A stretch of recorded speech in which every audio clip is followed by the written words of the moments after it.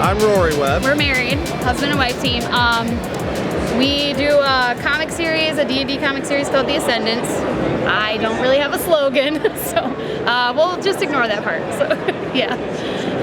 What's cool is with our story, and it's a bit inspired by Dungeons and Dragons and some of the role-playing games. So it's after we had come up with a world and had our own characters in there and ran this campaign, and we're like, hey, let's bring this story to life, and that's sort of how it started. For me, I'm the comic person. 90s like Jim Lee era X-Men, like big time. I'm a huge fan of that. So that's my big inspiration. Some of the biggest inspiration for a lot of these stories would be, a lot of the like adventure movies like Willow, that's a big one. Of course, like Lord of the Rings, that's a huge one. A lot of video games. Yeah, video games like games. Final Fantasies, a lot of those early ones like Final Fantasy 6, Final Fantasy 7, Final Fantasy 4. The first time was really nerve-wracking. It was at Cherry Capital, which is in Traverse City. We didn't do that well because we didn't really know what we were doing, but when we finally sold one of our books, it was like, oh my God, that was so worth it. We're like, we're gonna take your picture, man. Yeah, please, like you're our first customer. Yeah. So it was nerve-wracking and exciting at the same time.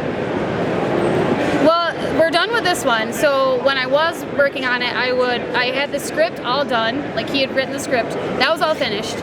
So I would kind of block it out, like what each page was gonna be. So I'd start with a sketch. I started on boards, but then I went more digital because it's a lot faster. So I would sketch it out and then ink it and then color it and then do the word bubbles. So that was like 1 page a week. That was like, okay, my goal is to finish 1 page each week.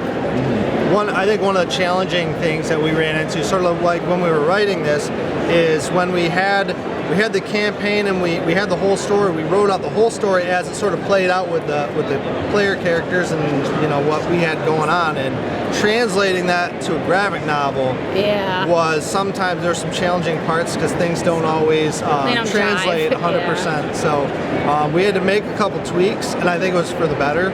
So based on actual games you guys played? Yeah. Oh yeah. Oh, that's really cool. Back in college, so it's like an old story, and we're like old people now. But I went to Grand Valley for art, so it was an experience. But I did learn a lot, and I kind of, I guess, all what I learned in the art classes there helped me settle on like how I draw, and I've been doing it that way for a long time now. So college, I would say.